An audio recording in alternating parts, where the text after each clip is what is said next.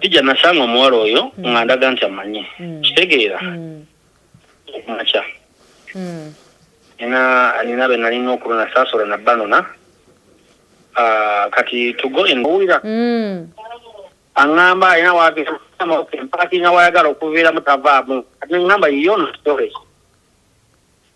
nensigala nga nvuga emmotoka neŋŋenda kati mba ŋŋenda ewaka waggulu naŋŋamba naye nsazewo nveemu kaŋŋende nzizaayo ku kkubo nzizaayo wonzije naye nvuga emmotoka muze kubanga nali mujje waliwo eziri abantu gwali tewakaanga olumulabye ku platform zaffe abamumanyire bavaayo jjukira obedda alina masiki nga teri amumanyi okitegedde kati kyogezaako okugamba mbu abasajja bavuddeyo nga bagamba nti oyo omuwala yababba enkya baliredde okumwabya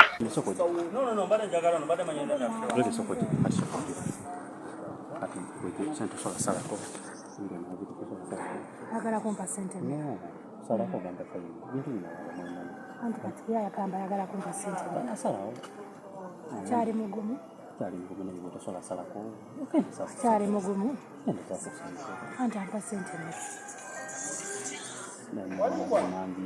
anti ampa sente mmeka amanya ataano eki miliyoni ataano mitwalo ataano sisobola mitwalo ataano sisobola akwate sente agimpe ampe miliyoni 10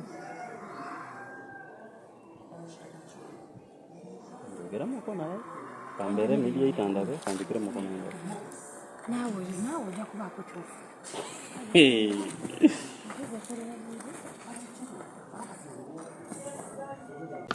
abalungi abali ku HK Media yenze Hadija Kigozi mwebale nnyo okutulaba mwebale nnyo okusubscribinga mwebale nnyo okusharinga banafa babibye ekitovozi bateekamu omusayi kulaba nga shetambula bulungi bakugamba nti gwe alina visa egenda okuggwako weewala ebizibu bya overstay twala passport yo mu bwangu nnyo nnyini ddala ng'okyabuzaako ennaku nga ziizo basobola okuba nga bakolera visa mu bwangu ate ole mugenda mu overstay abagala okugenda okusuubula ba honeymooners bakubireko ku namba y'essimu gy'olabaawo wammanga bajja kuba bakwatendingako bulungi okuva ku visa air ticket okureceivinga okufunirawo osula ate n'okukulambuza oba oli abo oli musuubuzi basaana okutwala ne gy'oyagala okuzuula oyinza oba oli mupya ng'oli musuubuzi mupya oyagala kusuubula tomanyi wootandikira bajja kutwala wali gomesi bw'oba zozza okima oba ozza ekima nga tobakutwale bakuyambeko ate paka ebintu byo bwe biggwa banafe aba Platinum Wellness Spa bakugamba nti gwe oyagala okugendako mu sawuna yaabwe mu masaji yaabwe osobola bakubirako ku namba y'essimu oba steam gy'olaba wammanga mu your latest updates and celebrity news tiktokers edition life experiences and adventures mbeerawo nga Hadija Kigozi ne Jona ku kamera okukuweereza naye olunaku olwaleero sho ngikoledde waka Jona taliiwo so tugenda kubeera tugiyita mpolampola ebyebadde bitambula ku social media ku mutimbagano ebyenjawulo mu birabye ku engineer Akram omwami wa Dr. Kulthum so abantu bangi bamujajinze abantu bangi boogedde kino boogedde kiri kino sikyogera olw'okuba ndi mukwano gwa famire eno naye nkyogera lwakuba ndi muntu wa munda nyinza okuba oli awo nina kyemmanyiiko so waliwo omuntu gwe bakugamba n'omuwakanira nogamba kino si bwe kiti si bwe kiri gye buzibidde olunaku olwaleero nga Dr. Akram afulumye okuva mu kaduukulu ke bamusibiramu kati ali free naye ate ebibadde ku poliisi nabyo bibadde bingi abantu abamu bagamba nti wabaddewo ekikono bw'ate media houses ez'enjawulo ezimu zikoze bwe ziti ne bwe ziti muyinza okugamba lwaki Hadija ku mawulire amalala abeera bw'ati ate ku lino omuntu waabeera muntu wo kyova olaba ebiseera ebisinga tufuna sayidi eno ne tufuna ne sayidi endala naye waliwo egguliro lyotuuka n'okola ne bagamba gundi akoze bw'ati nogamba nze oyo mumumanyi ali bw'ati so kyovola nti wendi okuba nti no mbawa amawulire gano mugatwale nga bwe mugatutte don't take it on me, don't take it on our media wabula ffe tuliwo okuba entertaininga okusinziirako ebyo tuba tufunye tusobodde okuba nga tufunako Akram ku ssimu olunaku olwaleero we bamuteeredde actually olugulo olwaleero we bamuteeredde era njagala tube nga tumuwulizaako mpola mpola atunyonyole kye kyabaddeyo mu kkomera. Abantu abamu obaoliawo story gye twateekayo eggulo limu nga tenagenda mu kkomera temwagitegeera, so tubadde twagala tuddemu tube nga tumunoonyaako atubuulire buzibu ki, kiki ekyamutuuseeko n'ensonga zaabwe zituuse ku ki, ate oluvannyuma tubeere nga tweyongerayo. Nga we tumulinze mpozi okukwata essimu, njagala okwebaza mwena abatulaba nti mwebale nnyo okutulaba, mwebale nnyo okutwagala. Abangoberera ku TikTok mukola kyakabi nnyo, mpozi abasalamu vidiyo zaffe n'ojjamu logo zange ne weefula nti content gw'omukoze. Mukwano sikulinaako nnyo buzibu bw'amaanyi, naye ekyo kyokola si kirungi. Nze njagala nnyo omuntu nasharinga content wange n'alekamu logo yange nga tansumbuye. Engineer, assalamu alaikum. Hello. Hello, Dija. Assalamu alaikum wa rahmatullahi wa barakatuh. Wa barakatuh. Oli live ku HK Media. Oh, okay. Batugambye ko nti olunaku olwaleero. Yeah, buza ku bantu bange. Batugambye ko nti olunaku olwaleero wafulumyeyo mu kkomera. Hello. Nkuulira Dija. Batugambye nti olunaku olwaleero ovuddeyo mu kkomera. Yesebo. Byabadde bitya? Omuwala lwaki yakutute ku poliisi? Dija, nalinawo awo naye akakunyumiza story. Ndowooza jjukira nakunyumiza nga simanyi nti n'ebiro byonna binaatuuka nawo. Okitegeera. Wanagamba ngenda ku airport n'abantu balina okutwala biki. Kati nakunyumiza nga simanyi nti bino byonna binaakola ki? Binaabeerawo. Oba oliawo abantu abamu tebaawulira mboozi eyo gye twanyumya. Lwansonga twali twakamala okunyumya emboozi ate mu dakiika 2 ne bagamba nti ate engineer bamukutte. So kati ate abantu ne babuukira emboozi y'okuba nti okwatibwa. Byali bitya? Kati bwe nvaawo bankubira essimu ekyo kyali kikulu nga kiridde bubi nti kirina mu recordings zonna. Nga kikola kitya? Interview yalinze eggulire lyo. Eggulire lyaki? Okay, kale yo tetujja kugendayo nnyo oba oliawo muyinza okuba mulina entalo zammwe n'abannamawulire. Biwanvu balina ebintu bye bagenda n'abantu. Naye kati ffe kye tusinga okwagala okutegeera y'emboozi ey'omwana omuwala okutuuka okugenda ku poliisi. Kati Dija nasanga omuwala oyo nga ndaga nti amanyi. Kitegeera? Okumakya. Nina be nalina okulona saasola na banona. Kati to go in brief kuba engeri gye kiri nti eno ssimu omuwala atula mu mmotoka alemeramu. Kitegeera? Bw'alemeramu anyumya emboozi. Sokopozingemu kati ninkyusa eryanda. Kati emboozi y'omuwala yali etya? Kati omuwala oyo atula mu mmotoka nga bagenda mu nnyonyo. Kitegeera? Mukunyuma alaga abeera busaabala. Mukunyumya alaga abeera busaabala. Mukunyumya ku poliisi yalaze nti abeera busaabala. Busaabala. Kwolwo yakugamba agenda mu nnyonyo. Eyagamba nti bamutta yakusirikale. Omusirikale nze namulagirira waali emirundi 2. Kati lindako katini. Akram, emboozi gituviire ku ntono wetujja ogitegeera naye kati ogibuuka. Omuwala atula mu mmotoka alemeramu owulira. Aŋŋamba alina wagenda empakinga wayagala okuviiramu tavaamu. Kati ŋŋamba yiyo no story. Nensigala nga nvuga emmotoka. Nengenda kati mba ngenda ewaka waggulu. Naŋŋamba naye nsazewo nveemu kaŋŋende. Nzizaayo ku kkubo. Nzizaayo wonzije naye nvuga emmotoka muze kubanga nali mujje waliwo eziri abantu wali tewakanga. Kitegeera wali munyonyi wansi mu roundabout omuntu kyonna ekyokukola oba okikola ki oba okiraba. Naye mba nga muvuga muzzeeyo ate tuba tutuuka naŋŋamba ndeka wala nzimugamba gwe nno. Naye nangipaakinga nengisa ddala wali ekiruddu waliwo abantu bamu. Nemugamba yiza vaamu wano eno oba sikyo kati naleeta emboozi baganda bange awolde nina programu gye nina. Nina abantu be nalina okugenda okutwala omwana yalina twala gwange. Kati ono olwagira nga nendekyanga nga mpulira abantu nali kutima bakigenda bakiba nenjivuga nenzigawo bulungi gate wali nali ngenze ng'omuwala omuleseewa mu motoka yalemeddemu n'omulekamu ku motoka yo kati ntuuse sifuluma owulira kati singa omuntu ajjamu ebintu mu motoka yo nemugamba okifulira koyanegoboda sirinya boda biki kati wekitabeera ekyo ngenda kukolako ensasage koza ensasage ki ngenda kuyitira poliisi mu byonna alowooza poliisi kuba ndowooza alina abasirikale bakolagana nabo nga omanyi abawala kuba weebuuze lwaki teyakuba nduulu kubanga tuyitawo banneiba saidi ne saidi zonna nyumba abantu we bali baba bakuwulira ne geti yali nzigule ne kamera era ekiraga soka tulagira nena mu motoka offered to buy me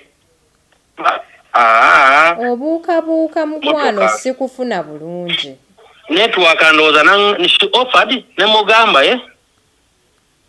ompulira nkuwulira ne mugamba sirina mafuta mu motoka nze sizaayo mu motoka nalemerako naŋŋamba otyo naŋŋamba manyi gwakulamu ozanyazanya tomanyi nzaani kankoleko akabuyo ompulire yategeera ki erinnya lyo Kigwe Akram andi kaakati ndowooza bwante yali akimanyi nga yeefuna tannantegeera kati along the way n'ayagala ddala kwali mukunyiriza kangezeeko nkukubire ku MTN kubanga Airtel erabika egaanye oyagala kukyusa nanti network sikufuna bulungi ate wemba story sigifuna bulungi ompulira kati nkuwulira akola ki naŋŋamba ngenda kukolako akavuyo enduulu nga bwagamba tinajja ejjambya lwaki teyakuba nduulu n'ayita baneiba bamutaase wabula yakubira poliisi gye yakubira nze nagiragirira ejje waali nga ng'obalagirira bajje waali bakole ki guno nti yakubira poliisi ejje muno n'ali mu buzibu be bano abawala balowooza nti ojja kupapala nnyo nti kwata sente kale tokubira poliisi biki kumbe nze nabagamba munaye sivaako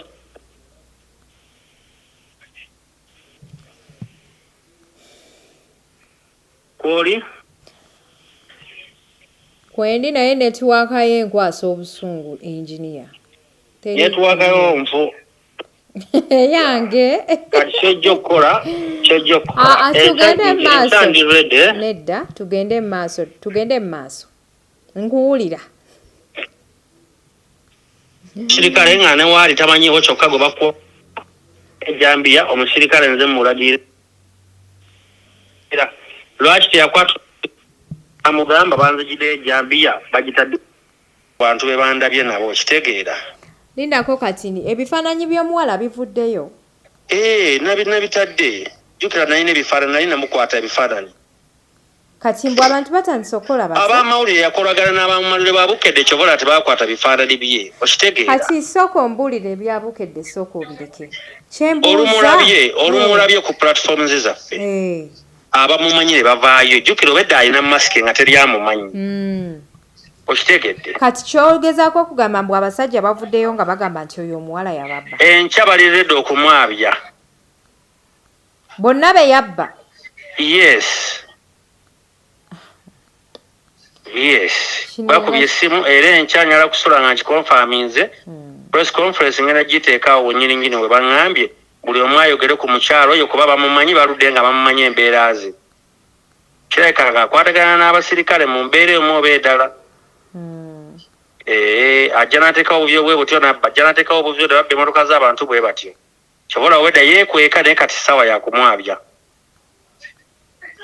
oyo muwala oba mukazi tole omukazi by the way omukadde nze nange nalabadde nadde ndaba nga omukyala mukadde yeetaaga buyambi naye munnanga bakadde b'ennaku zino olemwa olemanyishese okugwako kasiseseemuko kankusibula engineer njakuba nkunoonyako very soon Mpozi nga sinaba kusiibula nzikiriza nkubuuze kino. Abantu ku social media bangi bakwogeredde ebintu bingi nga bagamba nti gwe tosobodde kukuuma kitiibwa kya mukyala. Ensonga eyo gyogerako ki? Abantu abo bamanyi ekintu kyempitamu. Tebamanyi kati singa bamanyi obugumu bwempiseemu nga nnwanyisa okuteeka singa bamanyi okukuuma okulwana kwe balwanyi okunteeka wansi singa kyeboogera bwe batyo.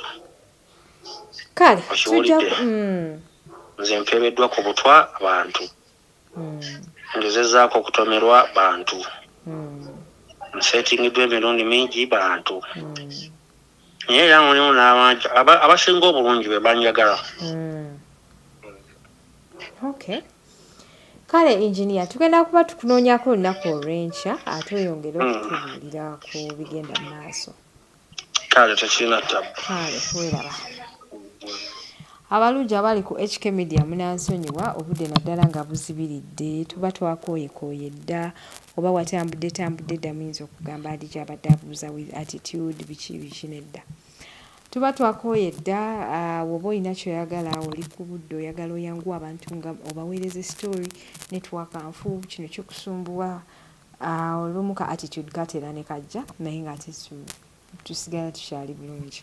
Kansuubire nti show mugiwulidde bulungi ebigambo bya Akram obiwulidde tujja kuba just ffe tweyongera okugoberera ensonga ate tusobole okuba nga tutegeera ddala amazima ge galiwa.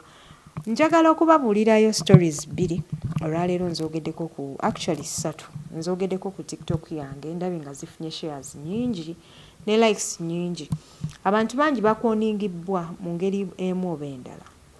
Omuntu nakukoninga nga ayagala kujjako ssente naye ate either abamu bazifunye abalala tebazifunye. Waliwo omukwano gwange omulala ngambye nti omusajja baamukuba bagenda okumaliriza okumukuba katono bamutte bagenda okufindinga out ng'omusajja talina musango. So weegendereza abafere abasajja abatwalako abakyala si buli kitemagana nti zaabu. Ennaku zino abaana bawala babbi nnyo. Nze ddanga nkyalinnya booda nabadde ndi mu kunyumya ku mboozi yange nga ndi ne Carlton lwakuba nagikomeza mu kkubo. Omuwala owa booda wange yannyumiza. Emboozi yali ku gatali ku nfufu is one of the stories zestasobola kwerabira nti yali agenda mu kkubo n'asisinkana kapo nga barwana nga bava mu mmotoka nga Gaya asuula omuwala mu luguudo. Owa booda bwe yajja yasibira ku muwala katono amulinnye. Kati omuwala n'ayaayaana atuule ku booda bamutwale.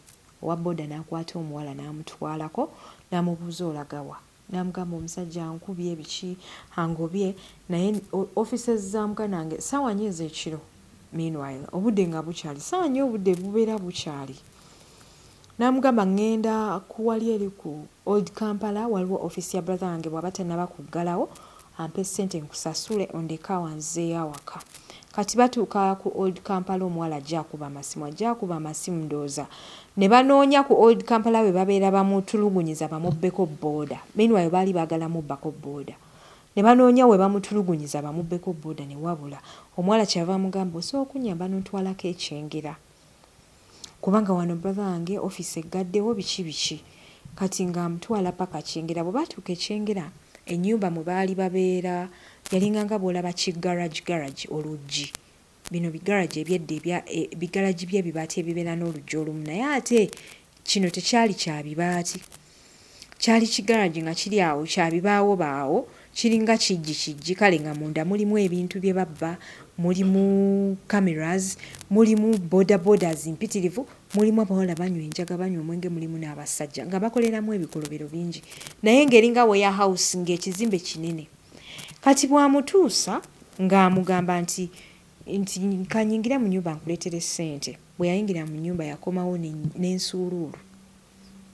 Kati Gaya aba atudde ku booda yagireko ekyatokota. Omuwala ng'amugamba jangu okime ssente nga ku mulyango wano eno walinga waliwo engeri y'akazikizazikiza n'amugamba jangu okime ssente. Kati ono ng'alaba asikatira kati aba atambula bw'ati okujja agenda okulaba mu kisiikirize mu kazikiza mu kisiikirize ng'alengera omusajja akutte ensuuluulu. yakwata boda ng'agivuga ng'agenda nga bamukasukira ensululu nga bamugoba paka ku kkubo. Ekirungi bwe yadda ku kkubo yasangawo ababoda banne n'abagamba nti ono wali eri waggulu waliwo omuwala abadde ayagala kunziba. Ababoda bonna ne bakuma boda ne bagenda mu eyo ennyumba. Bamala okutuuka mu eyo enju basinkana ennyumba nzigale. Bano bategedde giwunye. Ababoda kabakuba ennyumba kabakuba ekiyumba nga bagenda baleeta poliisi obudde nga babeerawo nga bakuma paka obudde nga bukya nga baggulawo bagenda okusanga nga boda ziri muli engoye z'abantu eziriko omusaayi kwegamba nga babba ebintu biyitirivu nnyo. Mukwano bw'oba olowooza nti abafere tebaliiyo, abafere gye bali ate batuufu. Bino ebintu bisoboka ate tebisoboka. Basobola okubeera nga basobola okufera ate tebasobola kufera. Osobola okugwa gwe kennyini mu mbi n'ozeesula muso. Mubeere careful kyenyinza obbagamba ate tewakaniranga kintu kozi buli kintu kisoboka. Ababadde ku side nga balumiriza Akram kisoboka okuba nga kituufu ate n'ababadde badefendinga Akram era still kisobola okubeera nga kituufu. Ngenda kuwa emboozi endala mami wange nayogedde naye jjo. Amala okulaba akavidiyo ka Akram ngamba Adija enziba Akram gye baamubba gye babadde bagala omubba. Wano ku kyalo twali tulina kansala. Actually kansala yafa. Mbu kansala yawa omuwala lift. Bwe yatuuka okujja omuwala mu mmotoka n'amugamba nti ngenda kuba enduulu nti obadde onkwata. Njagala obukadde 3. Kansala ng'amugamba nkwegayidde tokuba nduulu ndi musajja wa kitiibwa ndi kansala ku kyalo. Ng'amwegayirira bambi nga ye obwongo bumwesibye tamanyi kyazzaako. Ekyavaamu ng'amugamba tompisa bubi kankuwa emitwalo aga. Omuwala ng'amugamba gimpe ng'agimu omuwala ng'avaamu ng'agenda. Oyo wakubiri. Owookusatu asembayo sooke mbasiibule. Guy asinkana omuwala amuwako lift. Guy mufumbo yasuze wa mukyala we nga enkuba yali etonnya. Bamala okutuuka we batuuka omuwala ng'amugamba ngenda kukuba enduulu neeyambule ngambe nti obadde onkwata ate wasuze nange wasuze onkuluusanya mpa ssente. Kati ono Guy ye gwe yasinkana ate ye baali babimukoze emirundi mingi kweganga ye akimanyi. Kye yakola ng'amugamba oyagala ssente meka nti njagala ssente bwe ziti ne bwe ziti nti tugende nkuwe ssente. Guy ng'avuga emmotoka paka ku poliisi. Batuuka ku poliisi Guy ng'avaamu mu mmotoka ng'ayita owa poliisi ng'amugamba ono omuwala abadde anframinga ayagala muwe ssente biki nze ndi musajja mufumbo nasuze wa mukyala wange agamba mbu nasuze wuwe mukubire essimu yiino omukyala wange mukubire eyangololedde engoye zange nvudde waka. Nga bakubira omukazi ng'agamba oyo bba wange yasuze wano ayambadde engoye bwe ziti nze yazigolodde nga bakwata muwala nga bamuyingiza kaduukulu. Banaye baddiya bw'olaba ng'emboozi bw'eti tojumpinga into conclusions osooka n'omanya bottom line. Abantu bangi balina abalabe, abantu bangi balina ebizibu, so osooka n'omanya otegeera newankubadde nti kisoboka buli muntu asobola okukola ensobi naye mubeere aware of abafere kubanga babafere gye bali. Kyagala okubebaza nga mbasiibula yenze HK Media Hadija Kigozi in your latest updates and celebrity news. Mwebale nnyo okutulaba, mwebale nnyo okugoberera, mwebale nnyo okutwagala n'okusharinga. Nvumirira abaana ba TikTok abalina emikutu egy'enjawulo nga mukozesa content waffe naye nga bw'otuuka omukozesa ojjako labels zaffe. Eno haso yaffe tomanyi kye mba nayiseemu okufuna content bampise mu bintu bingi. Better nze njagala nnyo omuntu apostinga ku content wange naye n'olekako logo yange nti HK Media. Si alwaki ompostinga ate n'ojjako ne logo yange. That is very unfair. Banayi mweddeko or else mujja tuletera emitima emibi tutandika okuba abantu zi strike ate nga mutuufu tekibeera kirungi. Nawe onoonya following onoonya kubeerawo. Basaagala ntuuke kweyombeera naye kozesa obwongo. Kozesa obwongo n'obuntu bulamu nti ono content wono omukyala mujje ku YouTube channel ye. Kiki ekikukwatisa content n'omuteeka ku page yo ate n'ojjako details zange. Okitegeera?